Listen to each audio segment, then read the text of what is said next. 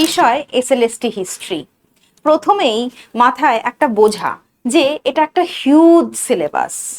এত কিছুর মধ্যে এই হিউজ সিলেবাসকে কভার করার ক্ষেত্রে কোনো কি বিশেষ পদ্ধতি আছে? হ্যাঁ, স্ট্র্যাটেজি তো অবশ্যই আছে, স্ট্র্যাটেজির কথা আলোচনা করেছি।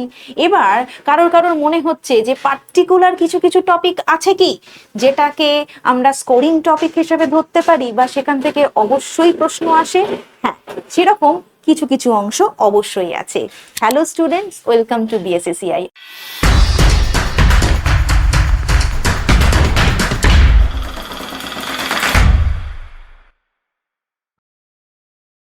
আজকের এই ভিডিওতে দেখার চেষ্টা করব কিছু পার্টিকুলার টপিক যেগুলো অবশ্যই অলওয়েজ স্কোরিং টপিক এবং সেগুলোকে কিভাবে আয়ত্ত করব। প্রথমেই প্রাচীন ভারতের ইতিহাসের দিকে যদি তাকাই তাহলে দেখা যাচ্ছে প্রাচীন ভারতের বিভিন্ন শিলালিপি, উপাধি এবং গ্রন্থ থেকে কিন্তু প্রশ্ন আসে এবং এগুলো আমরা দীর্ঘদিন পড়তে পড়তে একরকম ভালোবেসেই ফেলি, কি তাই না? তবে এই যে শিলালিপি বা উপাধির ক্ষেত্রে শুধু যে কার শিলালিপি সেই নামটা জানলেই হয়ে যায় তা তো নয়, তার সাথে অবশ্যই আমাদের কার সম্পর্কে লেখা, কে লিখেছে, কখন লিখেছে, কেন লিখেছে, কি তার বিষয়বস্তু সবটাই জানতে হয়। তবে এক্ষেত্রে একেবারে ডিরেক্ট কোশ্চেনও কিছু কিছু কিন্তু এই সমস্ত অংশ থেকে এসে থাকে, অর্থাৎ অমুক বইয়ের রচয়িতা কে, অমুক শিলালিপি কার সম্পর্কে লেখা রয়েছে, এইরকম কিছু ডিরেক্ট কোশ্চেন থাকে। তাই আমরা যখন প্রাচীন ভারতের উপাদানের জায়গাটা পড়বো তখন কিন্তু অবশ্যই মনে রাখবো শিলালিপি, উপাধি, গ্রন্থ, হ্যাঁ, এগুলো কিন্তু অলওয়েজ দুটো বা চারটে প্রশ্ন একেবারে ডিরেক্ট আমাদের কিন্তু স্কোর করে নেওয়ার অপশন দেয়। কারণ সেটা যদি আমরা মনে রাখতে পারি সেখানে কিন্তু কিছু অদল বদল বা ভুল হয়ে যাওয়ার সম্ভাবনা থাকে না। কোন শিলালিপিতে কিসের উল্লেখ আছে, যেমন 13তম শিলালিপিতে কলিঙ্গ যুদ্ধের উল্লেখ রয়েছে। আমরা যদি অশোকের প্রত্যেকটা শিলালিপি একটু স্তম্ভ করে লিখে রাখি বা মনে রাখতে পারি যে কোন কততম তার শিলালিপিতে ঠিক কি কি লেখা আছে, তাহলে ওখান থেকে যাই প্রশ্ন আসুক না কেন আপনি কিন্তু সঠিক উত্তর দিতে পারবেন। এরপরে আসি গুপ্ত যুগের বিভিন্ন শাসকদের উপাধির ক্ষেত্রে। সমুদ্রগুপ্তের উপাধি, তারপরে সকারিকার উপাধি, হ্যাঁ, ভারতের রক্ষাকারী কাকে বলা হয়, এই ধরনের কিছু প্রশ্ন যেগুলো অনেক সময়তে ডিরেক্ট প্রশ্ন হয় সেটা কিন্তু যথেষ্ট স্কোরিং। আর পাল সেন যুগের বিভিন্ন যে শাসকদের পাই সেক্ষেত্রে তাদের রাজধানী, বিভিন্ন যে তাদের সংগঠনের সাথে বিভিন্ন সময় নানা বিপ্লব বিদ্রোহ হয় সেগুলোতে কারা কিভাবে অংশগ্রহণ করছেন এবং তাদের নেতাদের নাম, সেগুলোও কিন্তু বেশ স্কোরিং একটা জায়গা বলে আমাদের মনে হয়। এবার যদি চলে আসি মধ্যযুগের ইতিহাসে, সেখানেও পরিভাষা কেন্দ্রিক যদি কোনো প্রশ্ন থাকে, যেমন জাপ্তি প্রথা, মনসবদারি প্রথা, 40 চক্র কে তৈরি করেছিলেন, এগুলো কিন্তু খুব ডিরেক্ট প্রশ্ন এবং এগুলোর ব্যাখ্যা আমাদের দীর্ঘদিন ইতিহাস পড়তে পড়তে একটা ধারণা কিন্তু চলে আসে। সুতরাং এখান থেকে প্রশ্ন আমরা মোটামুটি ফেস করতে অভ্যস্ত, তাই এই জায়গাগুলোকে কখনোই কিন্তু আমরা নেগলেক্ট করব না, রাদার এই জায়গাগুলোকে আমরা খুব ভালো করে পড়বো যাতে এখান থেকে প্রশ্ন যাই আসুক না কেন আমরা উত্তর দিয়ে আসতে পারি। এবার একটু আধুনিক ভারতে ঢুকি। আধুনিক ভারতের ক্ষেত্রেও কিন্তু বেশ কিছু জায়গা আছে যেটা বেস স্কোরিং, যেরকম বিভিন্ন ধরনের ভূমি রাজস্ব ব্যবস্থা, তার মধ্যে রয়েছে চিরস্থায়ী বন্দোবস্ত, রায়তোয়ারি বন্দোবস্ত, মহলওয়ারি বন্দোবস্ত, এগুলো সাল কোথায় প্রবর্তিত হয়েছিল, কে প্রবর্তন করেছিলেন, এই ধরনের প্রশ্ন কিন্তু থাকে এবং এখান থেকে বিশেষ কিছু ঘোরানোর থাকে না। সুতরাং এগুলো কিন্তু এই ধরনের প্রশ্নগুলো আমাদের কিন্তু শিওর শট নাম্বার তোলার জন্য ভীষণ গুরুত্বপূর্ণ জায়গা। এরপরে আসি সাঁওতাল বিদ্রোহ বা অন্যান্য বিভিন্ন বিদ্রোহগুলো, যেখান থেকে সাধারণত নেতার নাম, কত সালে বিদ্রোহ হয়েছিল, কেন হয়েছিল, কোথায় হয়েছিল, কতদিন চলেছিল, একটা ফেজেই কি হয়েছিল নাকি দুটো ফেজে হয়েছিল, প্রথম দিকের নেতা কে ছিলেন, শেষের দিকের নেতা কে ছিলেন এবং কে দমন করেছিলেন সেই বিদ্রোহ, অর্থাৎ সেই ইংরেজ যদি কোনো কর্মকর্তা থেকে থাকেন তার নাম। সুতরাং এইগুলোর কিন্তু খুব একটা ঘুরিয়ে পেঁচিয়ে আমরা বিশেষ একটা কিছু দেখি না, তাই এই তথ্যগুলো, এই তথ্য ওরিয়েন্টেড প্রশ্নগুলো কিন্তু বেস স্কোরিং বলে আমরা ভাবতে পারি। আচ্ছা, এবারে আসি বিভিন্ন অধিবেশন। জাতীয় কংগ্রেসের অধিবেশন খুব গুরুত্বপূর্ণ একটা জায়গা, এবং আমরা যারা আধুনিক ভারতের ইতিহাস পড়তে ভালোবাসি তাদের কাছে প্রায় এটা নেশার মতো, যে কোন অধিবেশনে কে সভাপতিত্ব করেছিল, কোথায় হয়েছিল, কি সেখানে এজেন্ডা ছিল, হ্যাঁ, সবচেয়ে কনিষ্ঠ সভাপতি কে ছিল, মহিলা সভাপতি, প্রথম মহিলা, প্রথম হিন্দু সভাপতি কে ছিলেন, এই ওরিয়েন্টেড বিভিন্ন প্রশ্ন কিন্তু থেকে থাকে, যেটা প্রশ্নও আসে ভীষণভাবে ডিরেক্ট। হয়তো এরকম প্রশ্নও আসতে পারে যে কংগ্রেসের স্পেশাল সেশন কটা ছিল, কোথায় ছিল, হ্যাঁ, কে তার সভাপতিত্ব করেছিলেন। তো এই ধরনের সেশন ওরিয়েন্টেড প্রশ্ন, এবং যদি বলি যে নরমপন্থী চরমপন্থীর ভাঙন, নরমপন্থী চরমপন্থীর আবার মিলন কোন অধিবেশনে হয়েছিল, সেটাও কিন্তু যথেষ্ট গুরুত্বপূর্ণ অংশ, এবং এই অংশগুলো থেকে কিন্তু ডিরেক্ট প্রশ্নই হয়, এবং সেখান থেকে আমরা কিন্তু সরাসরি খুব ভালো স্কোর করতে পারবো। এবার আসি বিভিন্ন পত্রিকাও কিন্তু খুব গুরুত্বপূর্ণ। প্রাচীন ভারতের ইতিহাসে তো অবশ্যই, যেমন পত্রিকার সম্পাদকের নাম জিজ্ঞেস করা হয়, সেরকমই যদি গান্ধীজির হরিজন পত্রিকার কথা বলি, তাহলে অনেক সময়তে দেখা গেছে গান্ধীজি তিনি যখন কোনো আন্দোলনের কথা ভাবছেন, সেই আন্দোলনটা কর্মসূচির কথা তিনি কিন্তু ঘোষণা করছেন পার্টিকুলার কোনো তার পত্রিকাতে। তো সেক্ষেত্রে প্রশ্ন কিন্তু আসে সেই হিসাবে যে অসহযোগ আন্দোলন বা ভারত ছাড়ো আন্দোলনের কথা তিনি কোন পত্রিকাতে জানিয়েছিলেন। তো এই পত্রিকা ওরিয়েন্টেড বিভিন্ন প্রশ্ন, সেটাও কিন্তু একটু মুখস্থ রাখতে হয় আমাদের, কারণ এখান থেকেও ডিরেক্ট প্রশ্ন, সঠিক তথ্য মনে থাকলে উত্তর একেবারে ছাকা উত্তর, ছাকা তার নম্বর। এবার হচ্ছে ইউরোপের ইতিহাসের ক্ষেত্রে কনসেপ্টের সাথে মনে রাখা, তার সঙ্গে প্রচুর তথ্য সবটাই থাকে। তারই মধ্যে কি কিছু স্কোরিং জায়গা আছে, হ্যাঁ, নেপোলিয়ান থেকে প্রশ্ন তো আসবে।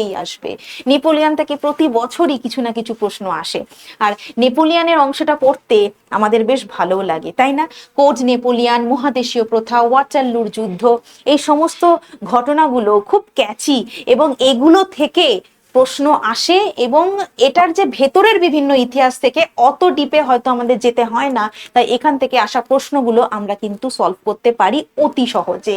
এর সাথে ঐক্য আন্দোলন, বিসমার্কের রক্তলৌহ নীতি, ইতালির ঐক্য আন্দোলনে গ্যারিবোল্ডি, ক্যাভোর, এগুলো হচ্ছে খুব কমন কিছু জায়গা যেখান থেকে প্রশ্ন একটা আধটা করে থাকবে, তাই এই পোর্শন কখনো বাদ দেব না এবং খুব ভালো করে পড়বো।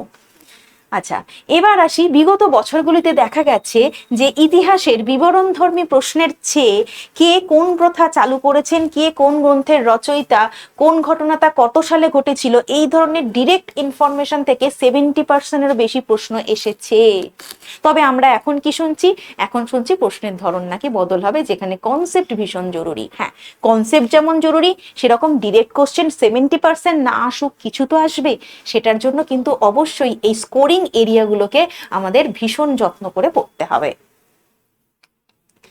আচ্ছা, এবার আসি উপাধি এবং আসল নাম মনে রাখার ট্রিক কিন্তু নিজের, হ্যাঁ, ট্রিক কিছু স্পেশাল ট্রিক অবশ্যই থাকে, আমরা যেগুলো স্যার ম্যাডামদের কাছ থেকে শিখি, এবং তার চেয়েও অনেক বেশি ট্রিক আমরা নিজেরা পড়তে বানাই। তো সেই রকমই কিছু ট্রিক যেটা তোমার মনে রাখলে পরে সুবিধা হবে, সেরকম ট্রিক এখানে কিছু দেওয়া হয়েছে। যেমন কার উপাধি কি ছিল, কার আসল নাম কি ছিল, এটা মনে রাখার একটা ছন্দ এখানে বলা হয়েছে। জুনাখার পাগল মন, খুররাম হলেন শাহজাহান, ফরিদ খাঁ হলেন শেরশাহ শের, আলমগীর হলেন ঔরঙ্গজেব। তো এইভাবে আমরা কি করছি, দেখছি খুররাম কার নাম, শাহজাহানের নাম, ফরিদ খাঁকে শেরশাহ। তো এইভাবে একটা ছন্দে মেলানো সেন্টেন্স, যেটা দিয়ে কিন্তু কারোর সাথে কারোর নাম গুলিয়ে যাবে না, সেই হিসেবে কিন্তু এই ছন্দটা তৈরি করা হয়েছে। এটা কিন্তু নিজের প্রিপারেশন, আপনি আপনার মতো করে ছন্দওয়ালা লাইন বা অন্য কোনোভাবে কিন্তু সেই ট্রিক তৈরি করতেই পারেন। এবার আরো একটা ট্রিক, যেখানে বলা হচ্ছে যে দিল্লি সুলতানিতে যে পরপর যে বংশগুলো বসেছিল সেটা মনে রাখার একটা ট্রিক এখানে দেখানো হয়েছে, যেখানে দাস, খিলজি, তুগলক, সৈয়দ এবং লোদি, পরপর আমরা বিভিন্ন বংশের উত্থান এবং পতন দেখেছি দিল্লির সুলতানির ইতিহাসে। গভর্নর জেনারেলদের গুরুত্বপূর্ণ কাজ, অনেক গভর্নর জেনারেলদের ভূমিকা আমরা ভারতবর্ষের ইতিহাসে, আধুনিক ভারতবর্ষের ইতিহাসে দেখেছি, এবং সেগুলো অনেক ক্ষেত্রেই যথেষ্ট গুরুত্বপূর্ণ এবং মনে রাখার মতো। সেক্ষেত্রেও কিন্তু এখানে একটা ট্রিকের কথা বলা হয়েছে। ডাব্লিউ উইলিয়াম বেন্টিং, ডাব্লিউ মানে উইকেট প্রথা বন্ধ, অর্থাৎ তিনি ভারতীয় সমাজে উইকেট বা আমরা জানি যে সতীদাহ প্রথা এবং ঠগি দমন করেছিলেন। ঠিক আছে। ডালহাউসির ডি মানে কি ডেভেলপমেন্ট, ডি মানে কি doctrine, D for development, D for ডক্ট্রিনকে যদি আমরা মনে রাখি তাহলে আমরা দেখতে পাচ্ছি ডালহাউসির হাত ধরে আমরা পেয়েছি রেলপথ বিস্তার, টেলিগ্রাফ, পোস্টাল ব্যবস্থা ডেভেলপমেন্ট এবং ডক্ট্রিন অফ ল্যাপস অর্থাৎ কিনা সত্য বিলোপ নীতি। তাহলে আমরা ডালহাউসির ডির সাথে ডেভেলপমেন্টের ডি আর ডক্ট্রিনের ডি কে যদি মনে রাখতে পারি তাহলে কিন্তু এগুলো কখনো গুলিয়ে যাবে না। আর কি C for Cornwallis code, C for code, C for civil service. তো সেই কারণে আমরা কর্নওয়ালিসের সাথে কোড এবং পার্মানেন্ট সেটেলমেন্ট এবং সিভিল সার্ভিসের বিষয়গুলোকে মনে রাখতে পারবো। এবং একজন শিক্ষক হিসাবেও কিন্তু একটা খুব গুরুত্বপূর্ণ বিষয়, যখন আমরা ছাত্রছাত্রীদের পড়াচ্ছি তাদের কাছে বিষয়গুলোকে আকর্ষণীয় করার জন্য এই ধরনের কিন্তু ছোটখাটো বিষয়গুলোকে তুলে ধরাটা খুব গুরুত্বপূর্ণ। তাই এই ট্রিকগুলো শুধু নিজের জন্য নয়, একজন ছাত্রছাত্রীকে শেখানোর জন্য কিন্তু যথেষ্ট গুরুত্বপূর্ণ, যদি সেই ট্রিকটা ঠিকঠাক হয়। হ্যাঁ, এবার আধুনিক ভারতের ইতিহাসে আমরা দেখছি যে কেশরী, মারাঠা এই দুটি পত্রিকার কথা দেখছি, যেটা কিনা বাল গঙ্গাধর তিলক প্রবর্তন করেছিলেন। তিলক ছিলেন একজন চরমপন্থী নেতা এবং তার স্বভাব ছিল বাঘের মতো গর্জন করা। এবং কেশরী শব্দের অর্থ হলো সিংহ, সিংহের মতো এই তেজ যার ছিল, সেই মানুষটি কিন্তু মারাঠা কেশরী নামে পরিচিত। এবং আমরা যদি মহাত্মা গান্ধীর দিকে তাকাই, সেখানে আমরা হরিজন পত্রিকা যেরকম পাই এবং নবজীবন অর্থাৎ হরিজন অর্থাৎ তিনি ঈশ্বরের সন্তান বলে নাম দিয়েছিলেন দলিত শ্রেণীর মানুষদের, এবং তার পত্রিকার নামও ছিল হরিজন। আর দেশবাসীকে নবজীবন দান করাই ছিল তার সত্যাগ্রহের উদ্দেশ্য।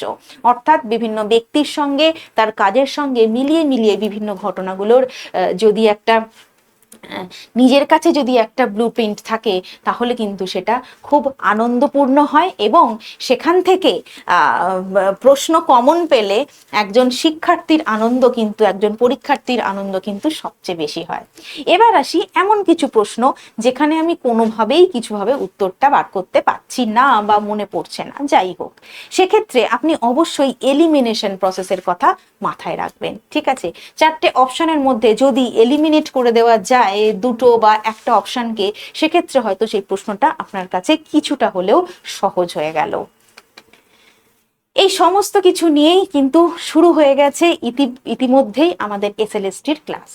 বিএসসিসিআইতে এসএলএসটি যেটা টিচিং ফাউন্ডেশনের ব্যাচ, সেটা কিন্তু শুধুমাত্র ইতিহাসের নয়, রয়েছে ইতিহাস, বাংলা, সংস্কৃত, জিওগ্রাফি, ফিলোসফি এবং এডুকেশনের।